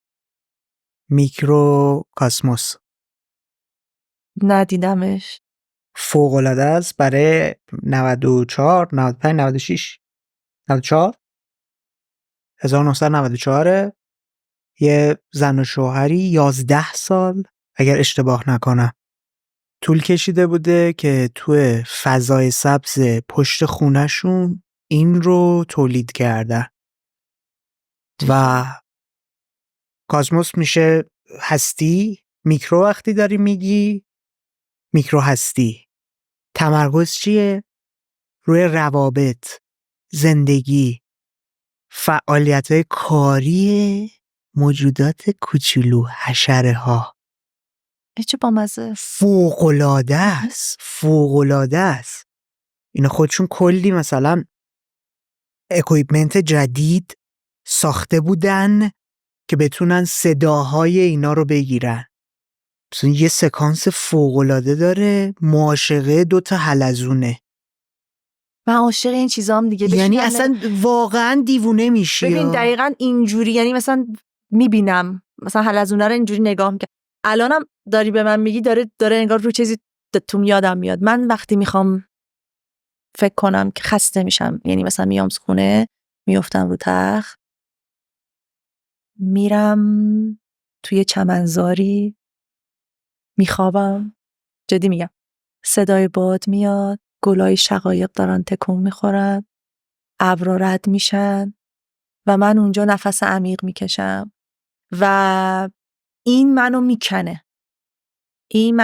اون حاشیه امن ذهنی من برای خودم طبیعته. یعنی میرم تو دل طبیعت، تو یک دشتی و اونجا رها میکنم خودمو. و شاید همیشه یکی از چیزهایی که بهش فکر کردم و نمیدونم، یعنی امیدوارم یه روزی اینو بتونم عملی بکنم، زندگی کردن در دل طبیعته. یعنی شاید یه روزی برم یه جایی توی سوم سرا واقعا که خیلی هم زیباست، یه زمینی بگیرم. رویای من همیشه این بوده، یه زمینی که رو به روش یک دشت، چند تا گربه دارم، یه عالمه پرنده. میدونی که طبیعت یکی از مهمترین منابع الهام کسایی که کار کریتیو دارن انجام میدن. این نگاه کردن بهش، رفتن توی اون فضا، تجربه کردنش، همیشه خیلی از آدمای مختلف دارن در موردش اینطوری صحبت میکنن که فاصله میگیری از دنیای شلوغ پرسرعتت. اسلوتر میشه درک و دریافتت از محیط، از اتفاقات یک جنس دیگه ای میشه، خروجیات یک جنس دیگه ای میشه، از نگاه کردن به چیزایی که برامون غریبه. تو به قول خود ساعت ها میشینم مثلا مورچه ها رو نگاه میکنم و 1001 اتفاق ذهنی برات میفته. دنبالشون اصلا همینطوری من دنبالشون میکردم. من مثلا فوق لیسانس مثلا موسی کوتقی دارم خاطر نگاه میکرد. مثلا این میومد توی پشت پنجره، دیدیم که همیشه بدترین جا و بدترین موقع بیخودترین جا تخم میذارن و من مشاهده‌گر رشد این بودم. پر در آورد، چشاش حالا باز شد، اون مامانشه میاد، اون باباشه فلان میکنه، بابای یه تایمی دیگه نمیاد. مثلا این برای من با اون انگار مثلا با اون طبیعت، اون ساعتها یک جونور میتونه من رو از دنیای واقعیم بکنه. یه گربه میتونه ساعتها در واقع ذهن من رو آزاد بکنه. اصلا فکر نکنم کجام، انقدر با اون سرگرم بشم، انقدر با اون طبیعت و پرنده و مثلا چرنده سرگرم بشم که یادم بره اصلا داره چه اتفاقی میفته و اونو خیلی دوست دارم. حتی وقتایی که توی یک جای شهری هستم، میگم نمیتونم برم، تصور میکنم. آره گفتی قشنگ ولو میشی رو تخت خودتو تو اون فضا میندازی به خاطر اینکه دوست داری روحیت رو عوض کنی، تجربت رو عوض کنی. سوال دوم دقیقا همون سوالی بود که ازت پرسیدم. چه کارهایی رو انجام میدی به نظر خودت کار خاصی انجام نمیدی، انقدر درونی شده، انقدر روت سوار شده، انقدر ماهیچش پرورش پیدا کرده که ندید میگیریش و آدم‌ها فیدبک‌های عجیب بهت میدن. اینم خیلی تعیین کننده است برای اینکه بتونی انتخاب کنی گام بعدی چی باشه. حالا بعدش میخوام یه چیزی هم باز کنم مهمه به نظرم در موردش دیالوگ کردن. و سوال سوم چیه؟ سوال سوم اینه که وقتی تو توی یک فضایی، توی یک اتاقی حضور نداری، دوست داری آدما پشت سر چی بگن؟ چجوری معرفیت کنن؟ در مورد چی بگن؟ که تو اکستریم ترین حالتش برای اینکه بتونی بری به جواب عمیق درونی برسی و پیداش کنی اینه که تصور کن مجلس ختمته، مجلس یادبودته و میخوان بیان در موردت حرف بزنن. حتی میگن که سخنرانی که مثلا دوست نزدیکت، پارتنرت در موردت میخواد توی مجلس ختمت انجام بده رو بنویس. ببین اصلا کامل روی کرده تو نسبت به پول در آوردن، کار کردن، مسیری که دوست داری دنبال کنی عوض میشه با همین 3 تا سوال. ببین ممکنه آدم‌هایی هم باشن که اینا براشون اولویت باشه، طرف بگه که آقا دوست دارم برگردم بگن بزرگترین مثلا کارآفرین حوزه فلان بود. بله. اون هدفشو داره نشون میده. خب ولی چیزی که گفتم در موردش صحبت نکنیم و الان به نظرم لازمه بازش کنیم، ببین ما کلا به واسطه فرهنگی که داریم اجازه پریدن از یه شاخه به شاخه دیگر رو نه به خودمون میدیم نه به دیگران میدیم. تو بچگی چند بار تجربه اینو داشتی که پدر مادرت، خانوادت، همکلاسیات، معلمت، هر کی بهت برگشت گفته باز دوباره کلاس فلان رفتی، 2 جلسه رفتی دیگه نرفتی، باز دوباره فلان چیزو شروع کردی تا ته انجامش ندادی؟ من زیاد. خب هممون زیاد. من چون از این شاخه به اون شاخه زیاد میپرم. من اصلا برام این مدلی بود. من تجربه کردن رو شاید اون موقع نمیفهمیدم که این تجربه کردنه ها، اون موقع بدم یه کارایی کردن. خب برام جالب بود، اصلا دوست داشتم من برم مثلا کلاس ساز، مثلا بگم برم ساز مثلا بزنم، برم کلاس زبان، برم کلاس دوست داشتم از این شاخه به اون شاخه پریدن. برام یه چیزی بودش که دوست داشتم همه این اتفاقات رو تجربه بکنم. خب البته که پشتکار داشتن در یک چیزی، من تنها جایی که شاید بگم که واقعا سفت وایسادم و ادامش دادم با کارم بوده. یعنی من گرافیک خوندم، از دبیرستان گرافیک خوندم، گرافیک کار کردم، بعد همینجوری اومدم جو پله اومدم اینجا هم که رسیدم. در واقع از آژانس تبلیغاتی رفتم سمت استارتاپ به خاطر تجربه کردن. یعنی این مدیر بودم که خیلی خوب آژانس تبلیغاتی و کریتیو دیرکتوری در یک آژانس رو تجربه کردم، در سمت استارتاپ و سمت مشتری که همیشه من اینور میشستم و اونا بودن، چه چیزهای دیگه ای رو میتونم تجربه بکنم. برام اینجوری بوده، یعنی همیشه این اتفاقه بوده دیگه، تجربه کردنه برام جالب بوده. الانم از جنس تجربه میبینمش، همین اتفاقی هم که حالا تجربه‌های خودمو با اینجا مرج کنم چه اتفاقی میفته. یه چیزی جدید در میاد دیگه. یعنی یه ترکیب جدیدی در میاد که می‌بینی این ترکیب هم امکان داره ترکیب خوبی یا جواب میده یا جواب نمیده، ولی احتمالاً جواب میده. اصلا ممکنه تو از اینور روندا و فرآیندای آژانسی رو با خودت ورداری ببری تو استارتاپ. اصلا همین کارام کرده. خب یه سری خروجیه دیگه ای میشه. آره. چون اونا یه ساید دیگه ای داشتن دیگه، یه زاویه دیگه ای اصلا کار میکردن، تیم اجراییشون رو چیده بودن. آره. ولی تو از اون ور با یه دانش و مهارت و تخصص و تجربه متفاوت داری میای تو دل بازی. بله. یه تغییرات اینطوری رو ممکنه انجام بدی. خب حالا چرا این سوال تو فرهنگ ما زیاده؟ تو نگاه میکنی میبینی طرف مثلا 65 سالشه، برای یه ملیت دیگه است، برای یه فرهنگ دیگه است، شغلشو عوض میکنه. 40 سال مثلا کارمند بوده، توی 65 سالگی میره فلان برند معروف غذایی امروز رو راه میندازه. ولی ماها از این جنس نیستیم، حتی با خودمون این جنسی نیستیم. وقتی میخوایم بریم سمت اینکه یه کاری جدید استارت بزنیم، مثلا دانشگاه ول کردن. الان من 3 ترم دانشگاه رو خوندم، تمومش کنم یا حالا 10 ترم دیگه باید بخونم، ولی به خاطر اینکه 3 ترم انجام داده خودش رو مجبور میکنه کاری که دوست نداره رو پیش ببره. میدونی از کجا میادی؟ نه. به ما خب زیرساخت اجتماعیمون و فرهنگمون و کشورمون روستایی بوده. حتی در حال توسعه هم نبوده تا دهه 40. شغل مسئله کلیدی بوده. وقتی وارد این فضا شده، صنعت تازه شروع کرده تو شکل گرفتن، اونم تو دورانی که مثلا تعریف صنایع این بوده که 50 تا نیرو داشته باشن اسمش صنعت میشه. و مثلا 80 سال پیش 3 تا مجموعه داشتیم که 50 تا کارگر داشتن که اسمشون مثلا صنعت باشه، صنایع کشور باشه، صنایع ملی باشه. تصور کن مثلا داریم در مورد چه چیزی صحبت میکنیم؟ شغل. امنیت شغلی خیلی اهمیت پیدا کرده.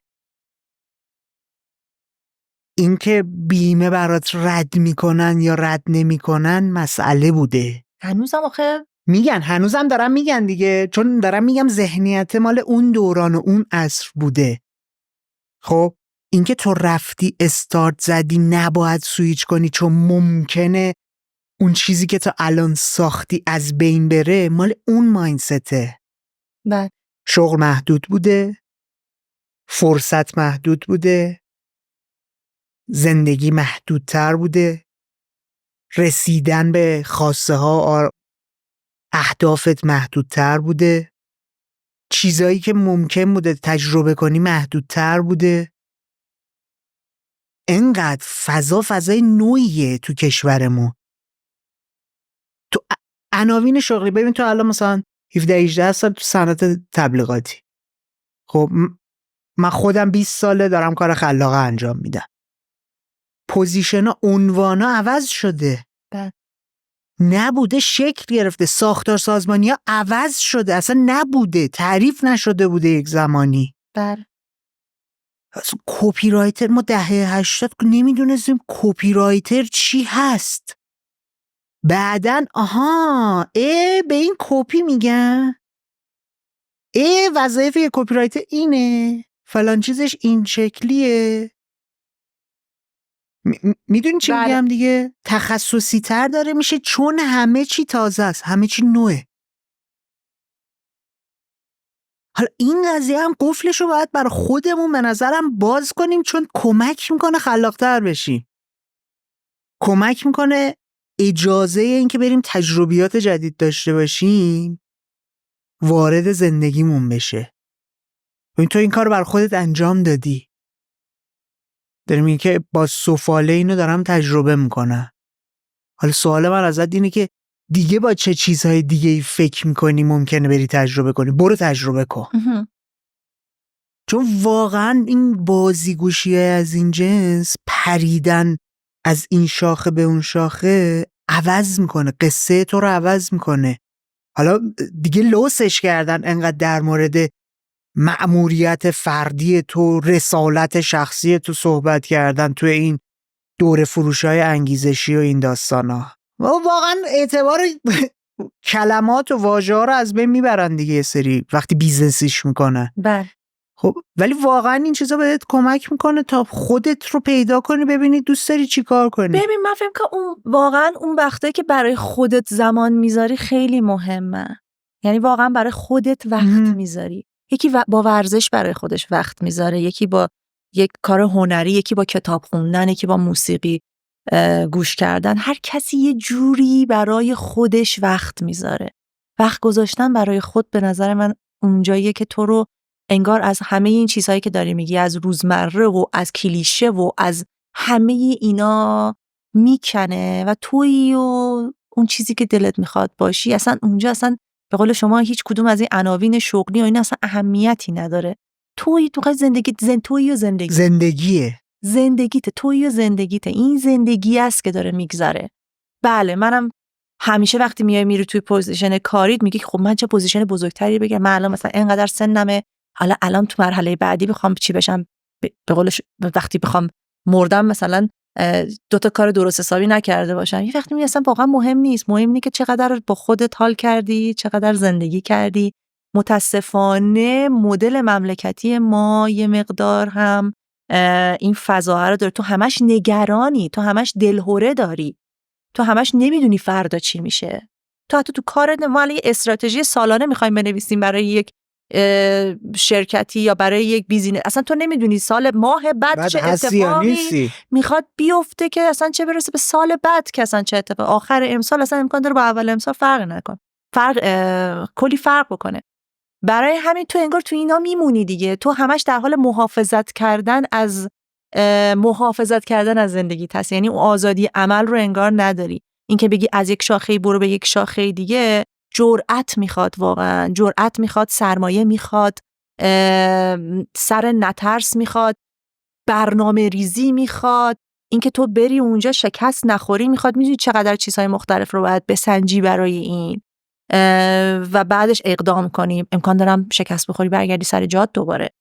ولی این ریسک کردنه به نظر من شرایط مملکتی، شرایطی که داریم توش، شرایط این سرزمین یه مقدار سختش میکنه و به نظرم خانم و آقا هم نداره. ولی واقعا یعنی خانم و آقا هم نداره، یعنی سخته این روزا دیگه. شاید مثلا خانمای مدل ماها این مدلی نیستن که خب حالا یه کسی میاد و یه زندگی تشکیل میدیم و قرض اصلا چیزی وجود نداره در دنیا هم دیگه. اونقدر الان این قصه چیز قابل توجهی نیست، اینجا هم اینطوریه. ولی این قصه تجربه کردن و اون فراغ بالی که داری میگی به نظر من شرایط اجازه نمیده. شاید خیلی آدما بخوان این کارا رو بکنن، مجبوری هابیای شخصی خودتو دنبال بکنی و خودتو اونجاها پیدا بکنی، خودتو اونجاها تعریف بکنی، بری کلاس آواز. من شاید یکی از چیزایی که دوست داشته باشم تجربه بکنم مثل اون قفلایی که همیشه بوده به غیر از این مجسمه سازی و سفال، واقعا آواز بوده. یعنی دوست داشتم آواز بخونم. حالا قرار نبوده برم کنسرت بدم، دوست داشتم تو خونه تو جمع رفیقام مثلا تو دوستام آواز بخونم. ولی همیشه مثلا یه چیزی بوده که حالا ولش کن، آواز چه اهمیتی داره الان تو این هیری ویری، بیا برو مثلا فلان کارو بکن، یه چیزی یاد بگیری فردا به دردت میخوره، بیا برو فلان چیزی بکن پس فردا خواستی یه کاری انجام بدی مثلا بده. همش تو انگار درگیر اینای. آواز انگار از اون دایره میاد بیرون، میشه یه قصه‌ای که تو ولی میدونی تاثیر همین چیزای کوچیک کوچیکی مثل همین آوازه، مثل سفاله، مثل بله. سفر رفتنه چقدر توی زندگی تو موثره، چقدر تو کار تو، توی سلامت روان تو موثره. وقتی میرم این کارو میکنم، مثل همین کاری که الان دارم میگم در مورد مجسمه دارم انجام میدم، میبینم واه چقدر باعث میشه اتفاقا راحت‌تر بتونم مثلا فکر بکنم، چقدر درد اون مسائلی هم که داریم راجبش صحبت میکنیم و نمیکشم، حداقل 4 ساعت که نمیکشم که اونجا هستم دیگه. مهم نیست حالا اصلا کاری نداری چه اتفاقی داره برات میفته. من که قرار نیستش که بزرگترین مجسمه شدم نمیدونم، ولی قرار نیست، هدف من این نیستش که مجسمه ساز بشم یا مثلا یه چیز. دارم الان دارم با این کیف میکنم. کیفای کوچولو. این کیفای کوچولو باعث میشه که کیفیت زندگی که الان داری تغییر بکنه. تو برای خود باید کیف کوچولو درست بکنی به نظر من. حالا این میخواد بشینی مثلا کنار یه پنجره یه چایی بخوری، یه دونه چیزکیک بخوری، این کیف رو ببری، یا براش یه قدم بزرگتر برداری بری مثلا یه چیزی بیاد بگیری یا یه معاشرت بکنی. ولی همه اینا باعث میشه که تو یه لحظه از این فضای سخت و سفت جنگنده زندگی که صنعتی امروزی تو رو مجبورت میکنه که این شکلی باشی فاصله بگیری، خودت باشی و خودت. شاید من دوست دارم اون آدما اون روز تو اون مجلس بگن خودش بود. خودش بود. همین بود، خودش بود. یه جایی رسیدیم که بگم بریم جمع‌بندی، چون جای خوبی رسیدیم. بریم. تو گفتگویی که امروز داشتیم در مورد این صحبت کردیم که تو مسیری که طی کردی آهسته آهسته به کمک بقیه متوجه شدی علاقت از گرافیک دیزاین به سمت تبلیغات هولت دادن، خودت آساسه این سمتی اومدی، متوجه شدی که صنعتیه که ممکنه نگاه این مدلی رو داشته باشه که جنسیت توش تأثیر داره. متوجه شدی که برای یک سری از محصولات یا سرویس‌ها اگر یوزر تو باشی، مصرف کننده تو باشی، کمک میکنه بتونی توی فرآیند خلاقه چیزای جدیدی رو وارد ماجرا کنی، نیازهایی که ممکنه دیده نشده باشه، تجربه نشده باشه رو وارد فرآیند کنی. در مورد این صحبت کردیم که موقعی که میخوای بری سمت ایده پردازی، اول از همه میای بریفت رو میشکنی، تحلیلش میکنی، از زوایای مختلف بهش نگاه میکنی، انقدر این کار رو درونی میکنی که با موضوع با علامت سوال شروع میکنی زندگی کردن. ممکنه حتی تو خواب راه حلی که دنبالش میگردی رو پیدا کنی. در مورد این صحبت کردیم که برای اینکه حالا بتونی این فرایند خلاقه و این کار خلاقه‌ای که داری انجام میدی رو بهتر کنی، یه سوپاپ اطمینانی رو برای خودت پیدا کردی و اونم کار سفال انجام دادنه. داری یک سری ماجراجویی‌های جدیدی رو فارغ از اینکه مسئولیتم چیه، باید جوابگو باشم یا نباشم، چقدر ریسک پذیری داره، چقدر باید کاربردی باشه یا نباشه، توی اون حوزه انجام دادن. حتی مثال زدی، گفتیم چه میدونم برای یه لیوان میام پایه میذارم، در میذارم، اصلا میام یه سگی رو درست میکنم که 4 تا دم داره، پاهای اسب داره. کامل ذهنت رو باز میکنی. چرا؟ چون داره کمکت میکنه برای اینکه خلاق‌تر باشی، توی کارت بهتر بتونی عمل کنی.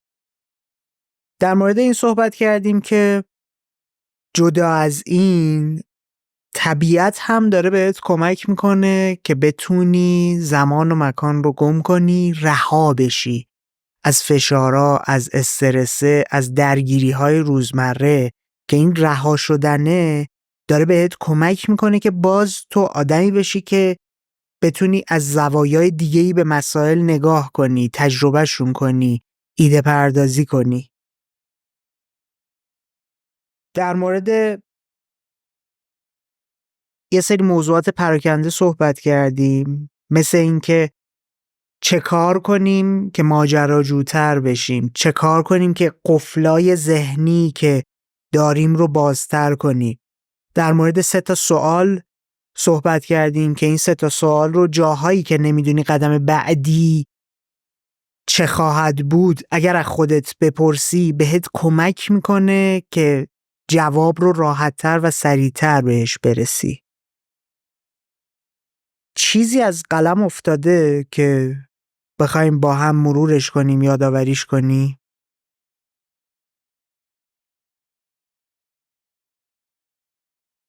نه، فکر نمی کنم. چیز خاصی مد نظرم نیست. تو بهتر میدونی. نه، به نظر منم همه چی رو یه یادآوری و یه بازگویی مجدد انجام دادی. سوال آخر، دوست داری این گفتگو رو به کسی تقدیم کنی؟ این گفتگو رو آره، اولش دوست داشتم تقدیمش کنم به اون کسی که این چرخ رو به من داد که من اومدم تو این صنعت. ولی فکر میکنم دوست دارم به همه آدمایی یا به همه دخترایی یا به همه خانومهایی که دارن واقعا برای خواسته هاشون قدم برمیدارن و با همه سختی هایی هم که موانعی هم که وجود داره، شاید اصلا یادشون میره این آمان است و از روش میپرن، میرن جلو، ادامه میدن، هدفاشون رو دنبال میکنن و از پا نمیشینن. من دوست دارم به خانوما تقدیمش بکنم، خانومایی که اهدافشون رو دنبال میکنن و نمیترسن. مرسی. خیلی لطف کردی، به کوزی کورنر اومدی. دمت گرم واقعا، من که حسابی لذت بردم. قربونت برم، منم همینطور. خیلی زیاد. همونطور که دارید میبینید یه کار تیمی و کلی آدم براش زحمت کشیدن. برای اینکه خستگی من و تمام بچه‌ها در بره، ازتون یه خواهش بیشتر نداریم. اینکه پلتفرم‌های مختلف ما رو چک کنید و اگر دوست داشتید دنبال کنید. چرا که هر چقدر خانواده‌مون بزرگتر بشه، امکان حضور مهمون‌های شناخته شده تر، جدی‌تر و بزرگتر هم برای اون فراهم‌تر میشه. مراقب خودت باش، به زودی میبینمت.